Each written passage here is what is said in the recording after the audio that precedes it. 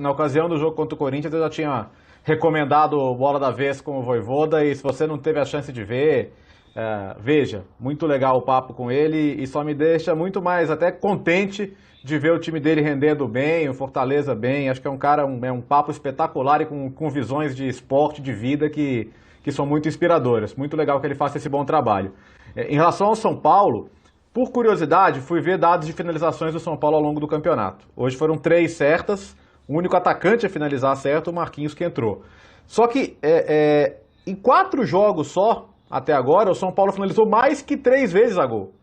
7 contra o Cuiabá, 2-2, 6 contra o Red Bull Bragantino, que perdeu 2-1, 6 contra o Bahia, 1-0, 5 contra o Inter no 2-0. Mais que 3 vezes na direção do gol. Aí é difícil, meu amigo. Aí é difícil produzir, realmente. O São Paulo chegou a finalizar uma vez no gol contra o Santos, nenhuma contra o Atlético. Então esse problema que o Rodrigo toca é uma realidade. Você está vendo aí os números do jogo de hoje, ó. 3 chutes certos, justamente o que eu estava abordando agora. E no segundo tempo, mais uma vez, o São Paulo foi morrendo fisicamente. Isso tem sido uma constante e normal de um time que colou temporadas. Isso era até, de certa forma, previsível. Mas com a produção ofensiva tão baixa, é difícil ganhar muitos jogos, cara. Ficou a impressão que acabou o encanto, né? Sumiu aquela verticalidade do Campeonato Paulista. Seja pelos destaques, seja pela ausência fundamental do Luciano, que o Luciano era isso. Seja porque o Benítez até agora foi um cometa, seja pela queda de rendimento durante a partida, o fato é que o São Paulo não demonstra mais aquela força ofensiva que até chegou a nos empolgar, né? Empolgar talvez seja um pouco pesado, mas enfim, para um clube que lutava pelo fim de um jejum, por tudo que tinha acontecido, da maneira como o Fernando Diniz perdeu o Brasileiro, nós fizemos muitos elogios a esse trabalho do Crespo, e tudo isso parece ter sido diluído. E hoje, elogio também, porque nunca é demais, já tinha falado do Fortaleza, é um dos times mais acertados desse Campeonato Brasileiro. Não por acaso é o que mais conclui a gol, nessa conta aí que exclui trave.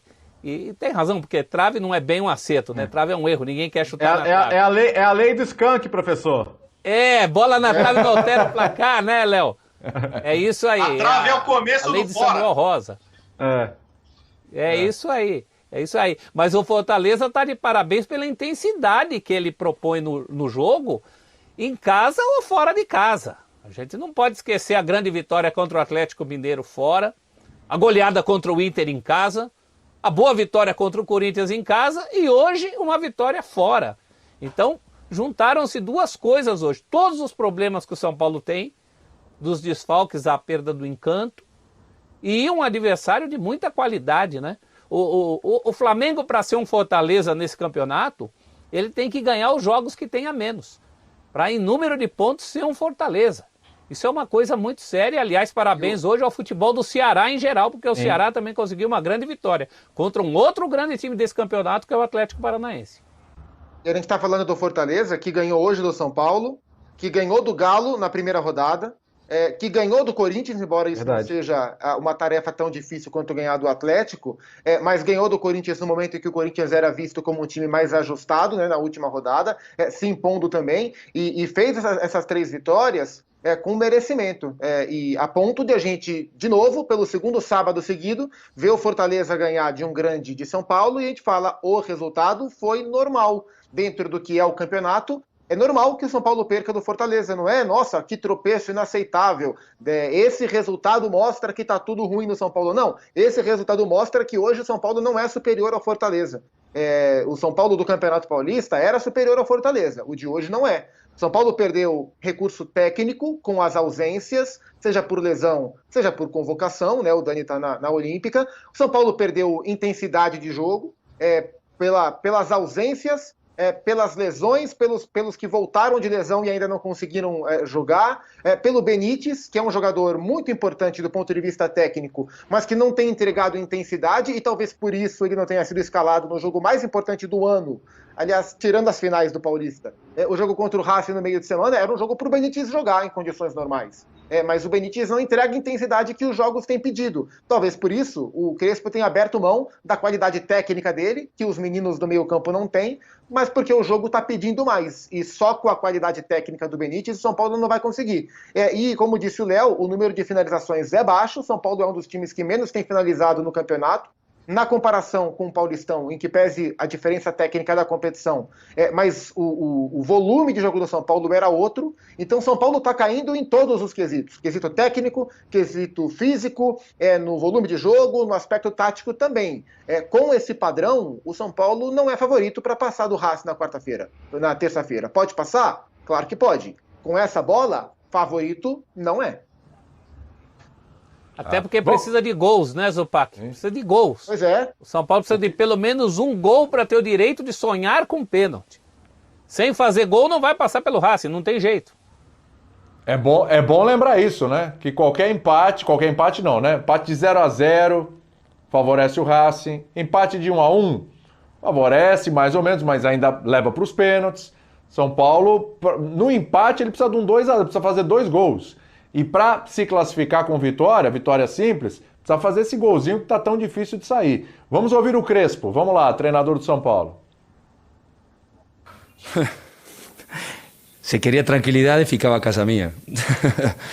Sabemos que aceitar o trabalho em São Paulo era difícil, sobretudo na situação econômica financeira que tem São Paulo.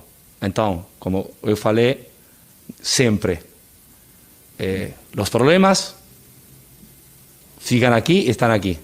¿Cómo resuelve esto? Con un potencial económico. Con potencial económico, los tiempos para resolver problemas son más cortos. Pero esto no acontece, esto no puede suceder. Entonces, debemos trabajar día a día sabiendo que vamos a sufrir, que vamos a pasar por situaciones difíciles, pero vamos a continuar a trabajar como estamos haciendo hasta aquí, todos juntos, a diretoría pagando dívidas, nos probando a ser competitivos en límite posible. Aconteció algo extraordinario que para mí, que es el Paulistao, para mí es muy pequeño para la historia de São Paulo, mas muy importante para el presente de São Paulo. Entonces, no esquecer eso, saber que momentos muy difíciles estamos atravesando, pero que decidió de atravesar estos momentos difíciles es a gente, comisión técnica, elenco, directiva, todos juntos. Porque cuando la situación es fácil falar. Hoy tanta gente sabe, la gente que fuera São Paulo, son todos dirigentes, son todos treinadores, y todos falan, todos tienen la solución. La única solución es trabajo. Y aquí, que aceptó el trabajo, soy yo e os dirigentes. Olha, vou falar uma coisa para você, viu? Podia fazer um confronto de coletivas, o Abel e o Crespo, né? São as melhores coletivas. É que o Crespo ainda não, né? O Abel já teve os chiliques dele, né? Já teve vários, inclusive, né? Já saiu da curva. Agora, o Crespo ainda não, mas é o que ele falou. O Campeonato Paulista é pequeno na história do São Paulo, mas é importante no momento, né? Ele entende isso, ele tem clareza sobre isso. E é importante como ele realmente assume as coisas. Agora, assim, Rodrigo, hoje assim, o Crespo, ele vive uma situação que tem o título paulista, tem a paciência, se entende a questão das lesões, DM cheio, etc. Só que assim, o São Paulo pode se ver numa seguinte situação, uma eliminação da Libertadores, na oitava de final, e aí ele olha para o brasileiro que restou ali, ele fala, tô perto da zona do rebaixamento.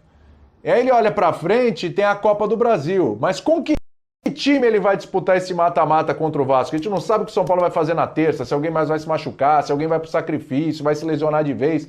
É um negócio terrível na cabeça da comissão técnica do São Paulo e, claro, do torcedor são paulino.